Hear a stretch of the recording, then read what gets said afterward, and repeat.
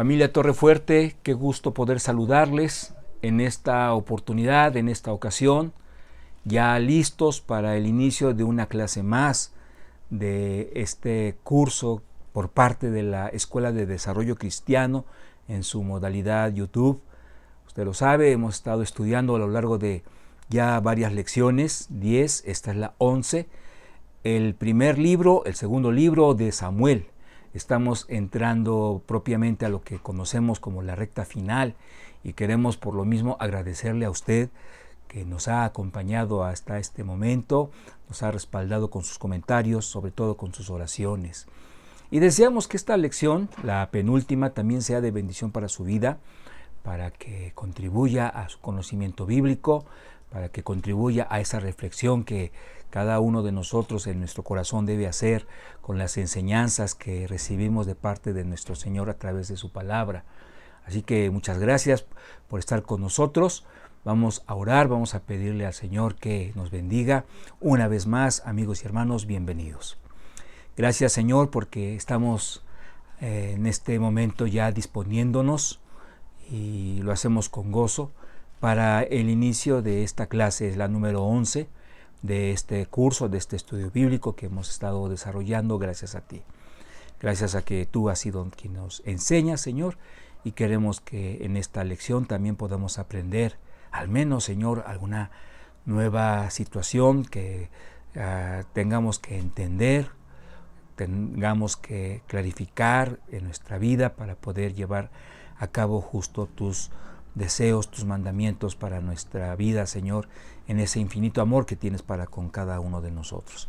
Bendice a cada persona que nos acompaña, a cada familia, a cada matrimonio, a cada joven, a cada amigo, Señor, a cada hermano en la fe que han estado con nosotros, Señor. Gracias por sus vidas.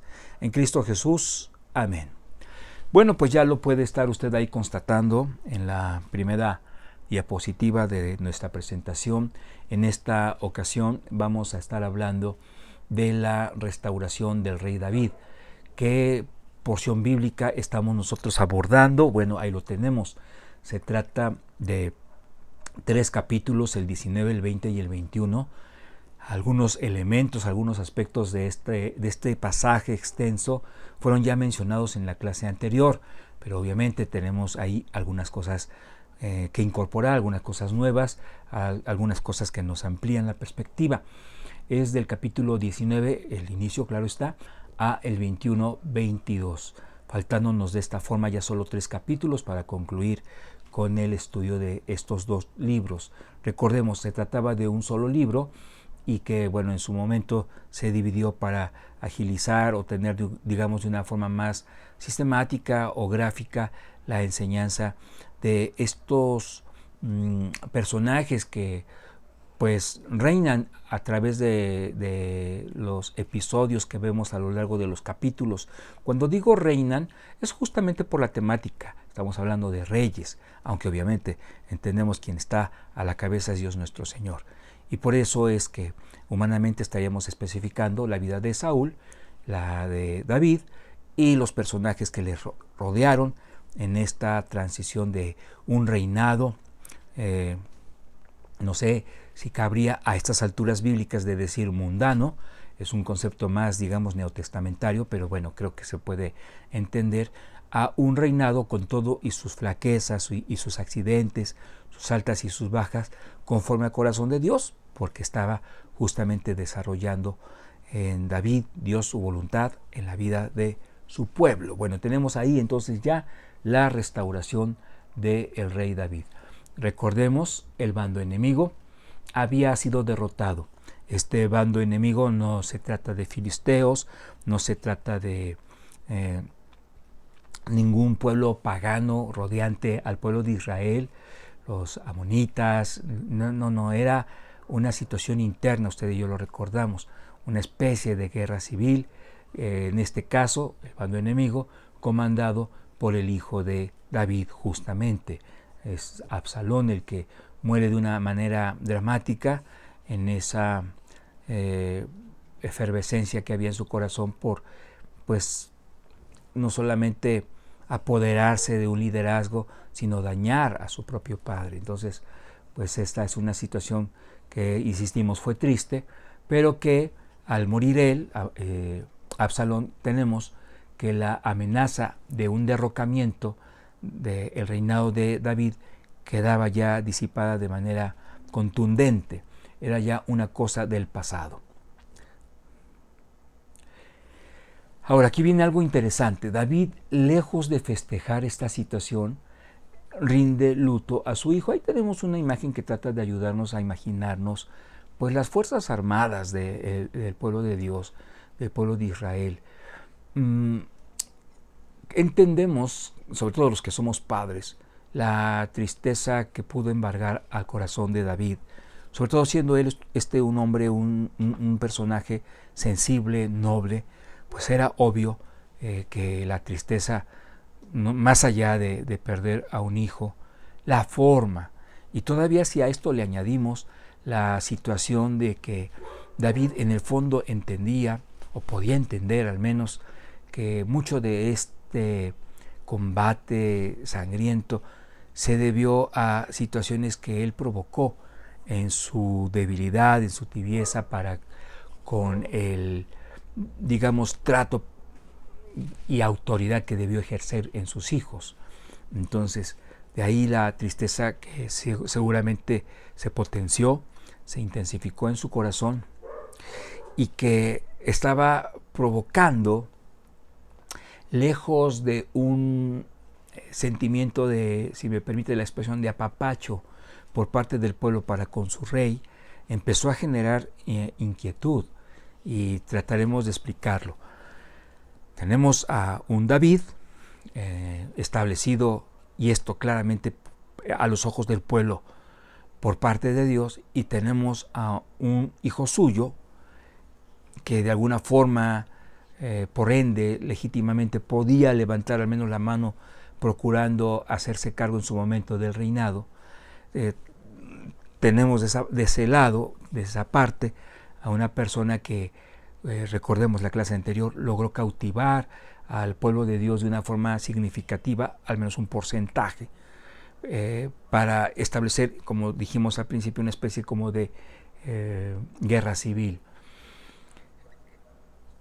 Una guerra en la que pensemos tantito, un tanto en el bando, digamos, de David, en donde hubo pérdidas. No fue una guerra, no fue una situación que duró unas horas, un par de días.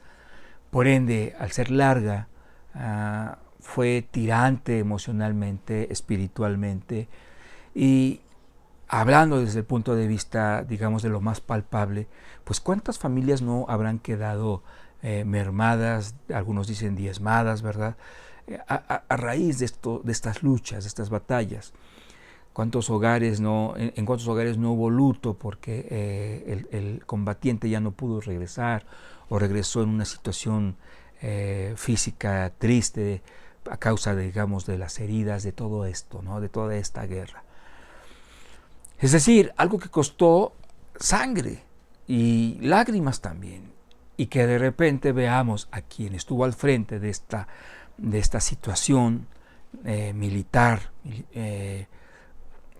David, en lugar de decir gracias soldados, gracias ejército, gracias siervos, y lo digo simbólicamente, un aplauso por parte de él, de David, él se encierra y se pone a rendirle tributo a su hijo. Insisto, era algo natural, por supuesto, como natural era, siendo el rey, entender cuál era la responsabilidad con su ejército, más aún con su pueblo, porque no nada más era para con sus soldados el compromiso, sino para con las esposas de esos soldados, los hijos de esos soldados, los padres de esos soldados, y que de repente, viendo ya la derrota por parte de Absalón y los suyos, lejos de que haya un júbilo, al fin terminamos de esto que hace que corra nuestra sangre, vemos a nuestro rey, a nuestro líder encerrándose, llorando.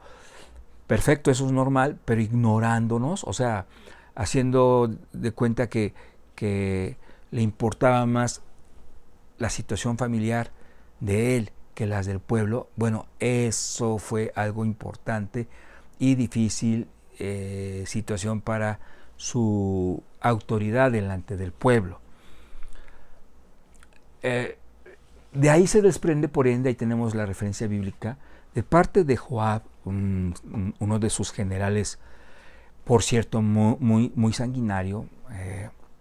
De hecho, parte de los problemas que en el futuro tiene con David se debe a eso, a que desobedecía, en el sentido de que si David decía, le vas a dar, lo digo de esta forma, ¿no?, 3 coscorrones, él daba 20, ¿no? Entonces, bueno, eso lo comentamos un poco más adelante, pero pese a esa situación en el carácter de este general, pasa algo.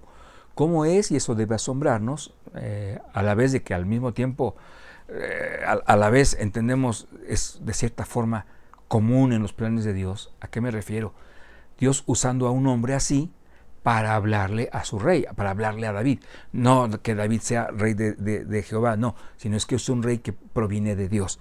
Entonces, el Señor, para hablarle a él en esta indiferencia que estaba teniendo para con su ejército, usa la vida de Joab, el cual se acerca a él y le dice, a ver, rey, o sea, llórale a tu hijo, sí, pero esto creo que no te impide el que al ejército, al pueblo le dé las gracias.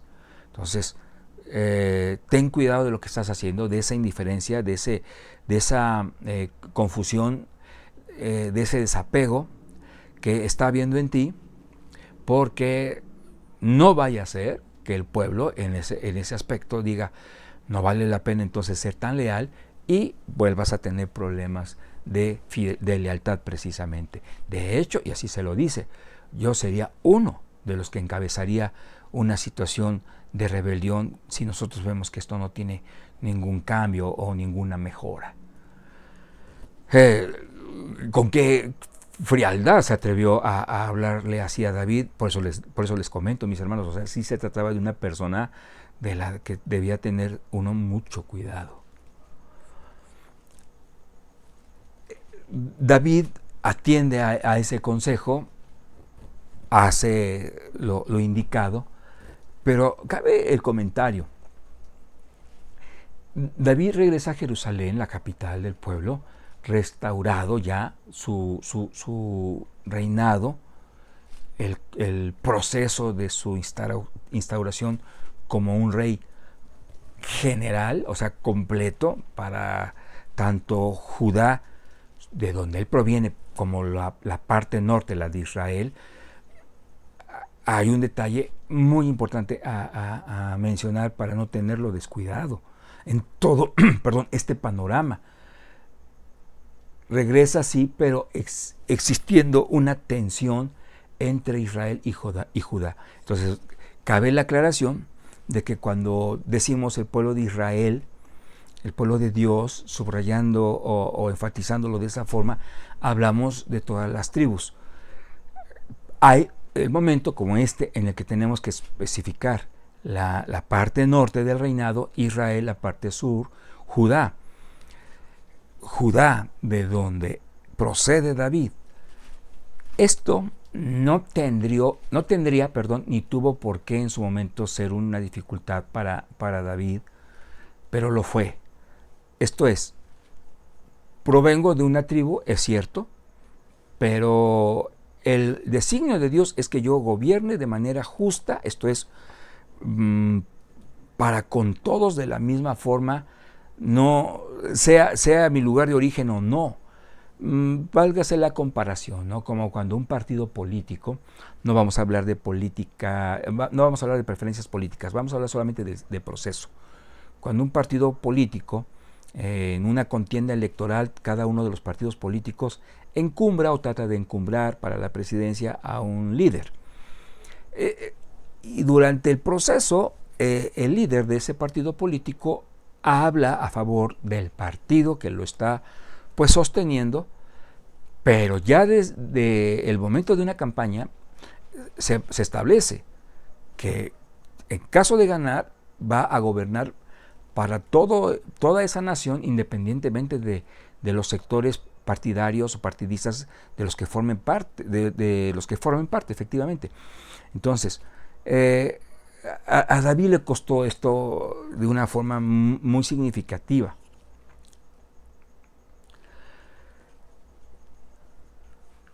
Justo en el proceso en el que ya queda restaurado un gobierno global de Israel, nos referimos al frente, en la cabeza David, pasa algo. Joab, con todo y que de alguna forma fue un gran apoyo para David, es destituido. La causa, la principal, recordemos, él estuvo al frente justo en la muerte de Absalón. Entonces, eso es algo que tristemente David le afectó, no pudo, no me atrevería a decir, le costó trabajo perdonar. Sabemos del corazón, de la calidad espiritual del corazón de David, pero parece ser que apela a situaciones militares para decir, al final de cuentas se trató de mi hijo, y con todo y que estaba yo luchando contra él, tú te atreviste y mi hijo murió, y tú estabas al frente en este combate en su contra. Este fue el factor, digamos, no el pretexto, pero el más manejado para que Joab quedara destituido. Lo hemos mencionado, tengámoslo presente, también se trataba de una persona de carácter rebelde. Insisto, se le daban instrucciones y las obedecía parcialmente, esto es, era desobediente, esencialmente hablando. Y sobre todo porque era, al ser una persona con este temperamento, con este carácter no controlado, llegó el momento en el que él hace o trata de hacer una mancuerna con Adonías, que era de alguna forma también perfilado en su momento a suceder a David en el trono. Joab como su sobrino de David, pero vea cómo aquí, tipo telenovela, ¿verdad? Asuntos familiares se entretejían y había por lo mismo de repente momentos de lealtad, momentos de traición, y bueno, David se quitó de problemas y borró del mapa a este general, a Joab. Vamos a los versículos bíblicos que nos interesa sean leídos en sus detalles o con sus detalles. Tenemos aquí un pasaje de 3 versículos, del 41 al 43, capítulo 19. La situación que vimos poco atrás, esto, de un Israel contra Judá, o de un Judá contra Israel. Y he aquí, todos los hombres de Israel, aquí hablamos de la parte norte, vinieron al rey y le dijeron, ¿por qué los hombres de Judá, nuestros hermanos, te han llevado y han hecho pasar el Jordán al rey y a su familia y a todos los siervos de David con él? Israel entendía, David siempre ha dado la cara por nosotros, es el que nos ha dado como pueblo los triunfos, las victorias, Dios está con él. Entonces, independientemente de que no haya salido de aquí, sino de Judá, nosotros le debemos a él lealtad y queremos que lo sepa. Versículo 42. Y todos los hombres de Judá respondieron a todos los de Israel, porque el rey es nuestro pariente. O sea, aquí hay un debate entre estas dos porciones del pueblo, la parte norte y la parte sur. En el 41, Israel diciéndole a los de Judá, ¿por qué se han tomado atribuciones que creo no les correspondía? La respuesta en el 42, respondieron a todos los de Israel, porque el rey es nuestro pariente. O sea, permítame la expresión, la llevamos de gane. Más, ¿por qué os enojáis vosotros de eso? ¿Hemos nosotros comido algo del rey? O sea, ¿nos hemos aprovechado de esta situación? ¿Hemos recibido de él algún regalo? O sea, ¿en qué consisten tus celos, tu miedo, tu desacuerdo? Versículo 43. Entonces respondieron los hombres de Israel y dijeron a los de Judá, nosotros tenemos en el rey 10 partes y el mismo David más que vosotros. ¿Por qué pues nos habéis tenido en poco? O sea, nos desprecian cuando jugamos un papel igualmente importante. Por eso ponemos la cita, hermano, para que usted pueda distinguir qué es lo de la Biblia y qué es lo que nosotros parafraseamos para tratar de explicarlo mejor.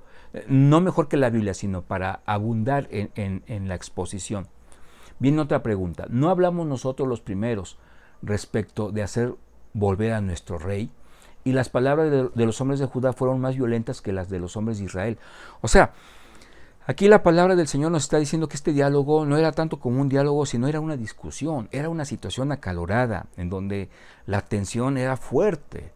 Y que podríamos decir, gracias a Dios, justo porque la manzana de la discordia venía siendo el rey David, no se enfrentaron y hubo guerra o batalla entre ellos, pero las ganas de verdad, consideramos, no les faltaban.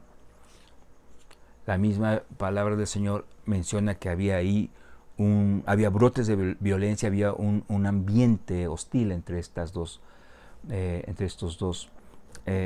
pues tribus, podríamos decirlo. Tenemos aquí, segundo de Samuel 21:11. No es que solamente fueran dos tribus, sino que, digamos, la parte norte y del sur podrían estar simbolizadas con los nombres de estas dos tribus. Bien, segundo de Samuel 21:1. Hubo hambre en los días de David por 3 años consecutivos. Ojo con esto, ya estamos hablando un poquito de una situación cotidiana dentro del pueblo. Y David consultó a Jehová. Qué hermoso, como siempre vemos esa disposición, esa inclinación de parte del corazón de David. Y el Señor le contestó, y Jehová le dijo, es por causa de Saúl. Veamos hasta dónde pueden llegar las facturas de una falta, de un pecado, de un error. La vigencia de una factura puede ser, pues, inconsolable en el sentido de ver que no acaba ese panorama que nos ganamos por haber desobedecido a Dios.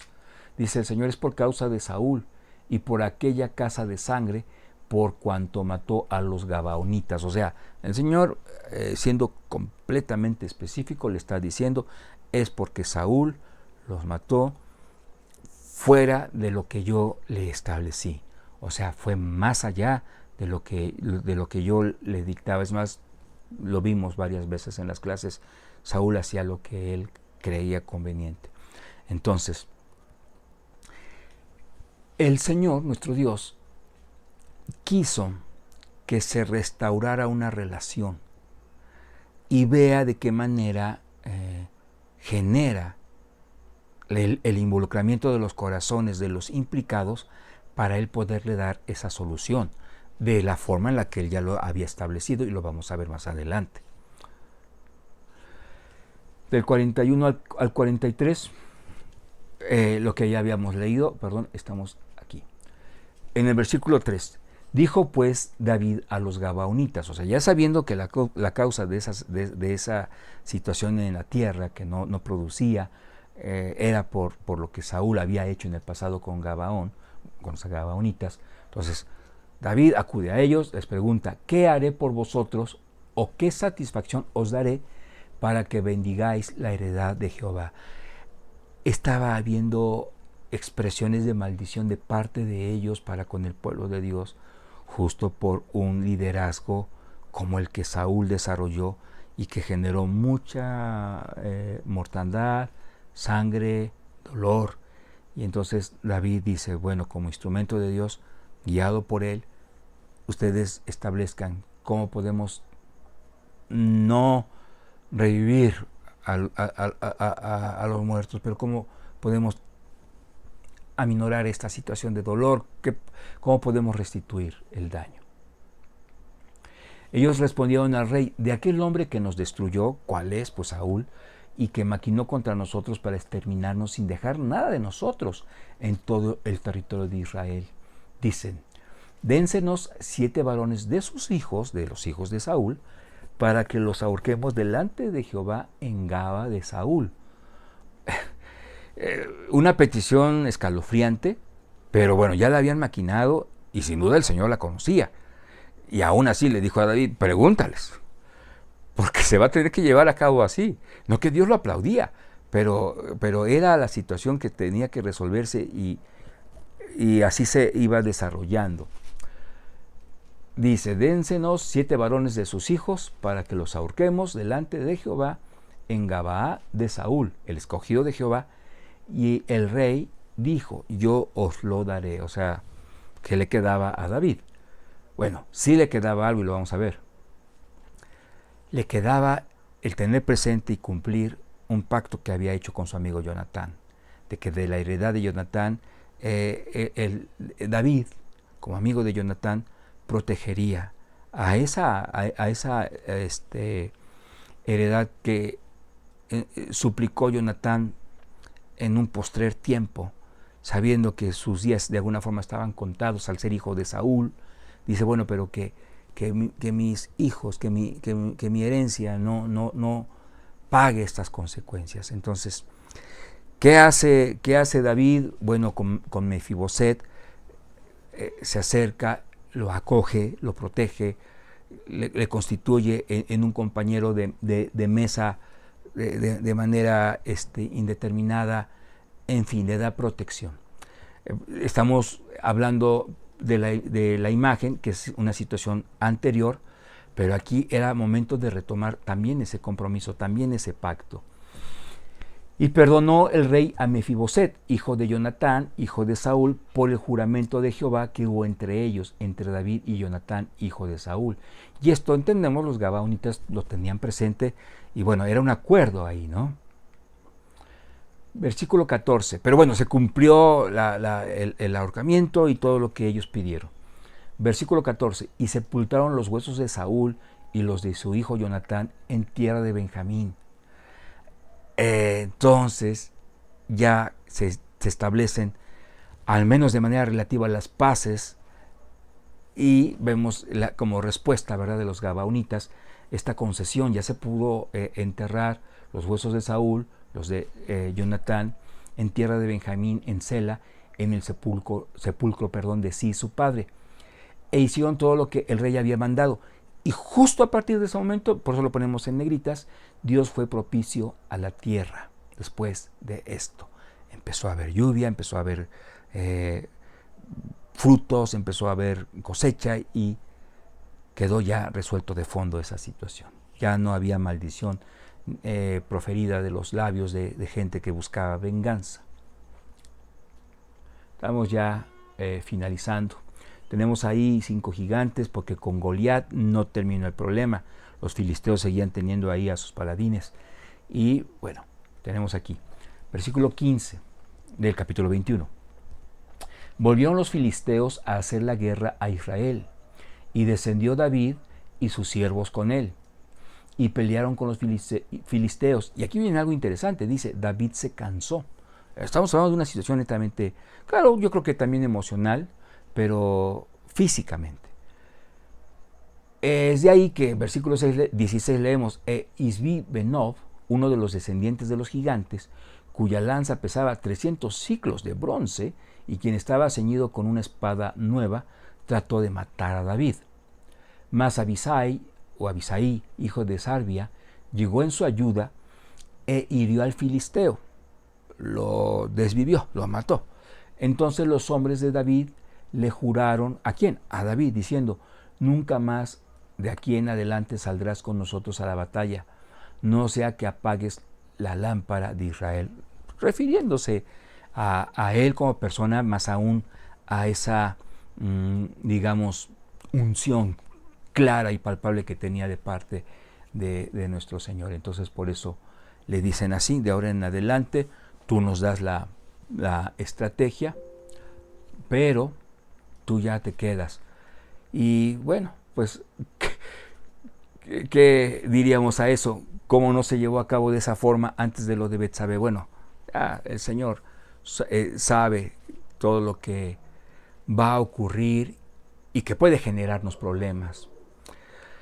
Por eso, en la medida de lo posible, hermanos, la exhortación es para un servidor, primeramente, para todos los que nos acercamos a la palabra del Señor en este panorama que hemos visto. Las pruebas no van a acabar, las situaciones desafiantes todavía seguirán. No sabemos, ¿verdad?, los momentos de flaqueza que va a haber en nuestra vida. Lo que sí sabemos es que Dios es omnisciente y conoce todo esto. Por eso, qué hermoso es que desde ayer, lo digo simbólicamente, nosotros aprendamos cada día más a depender de Él, y justo como lo hizo David, constantemente. En la siguiente clase hablaremos del censo, pero en esencia era un hombre que consultaba a Dios. Entonces, ahorrarnos muchos tragos amargos, creo que se puede en esa medida en la que le preguntamos al Señor, mas tú qué quieres, Padre. Yo creo que puede ser de esta forma, mas tú qué tienes en tu corazón, porque nosotros queremos hacerlo así. Y aún así, en esas situaciones de desliz, en donde pues no dimos en el blanco, no fuimos precisos al obedecer a Dios, entender que de inmediato nosotros necesitamos acudir al trono de la gracia para que la situación sea restaurada y no dejemos pasar tiempo como sucedió en una indiferencia tal vez involuntaria con los gabaonitas, ¿no? Entonces, y que en su momento pasa factura, ¿no? Entonces yo eso es lo que aprendo de esta lección de una forma muy esencial, aunque no es lo único. Y pues muchísimas gracias, hermanos. Vamos a orar para concluir. Nuestra invitación es que nos acompañe a la clausura, al cierre de estas 12 lecciones en su momento. Nos va a dar mucho gusto también que nos acompañe. Pero deseamos de todo corazón que lo que hemos aprendido hasta el momento les sea de bendición en su momento. Gracias, Padre, en el bendito nombre de Cristo Jesús, por lo que aprendemos de tu palabra, Señor. Nos hablas, Señor, y con amor lo haces. Por ende, Padre, también de una forma clara, de una forma que golpea a nuestro corazón muchas veces, Señor. Ayúdanos, Padre, ayúdanos a ser sensibles para poder responder de buena voluntad, sí, Señor. Responder amén, Padre. Y nosotros de esa forma glorificar tu nombre, Señor, siendo dóciles a una voluntad que es agradable y perfecta. Gracias por cada personita, cada hermano, cada amigo que nos acompaña. Sé con ellos, Padre, en el nombre de Jesús. Amén. Hasta pronto, que el Señor le bendiga de una forma muy especial. Un fuerte abrazo.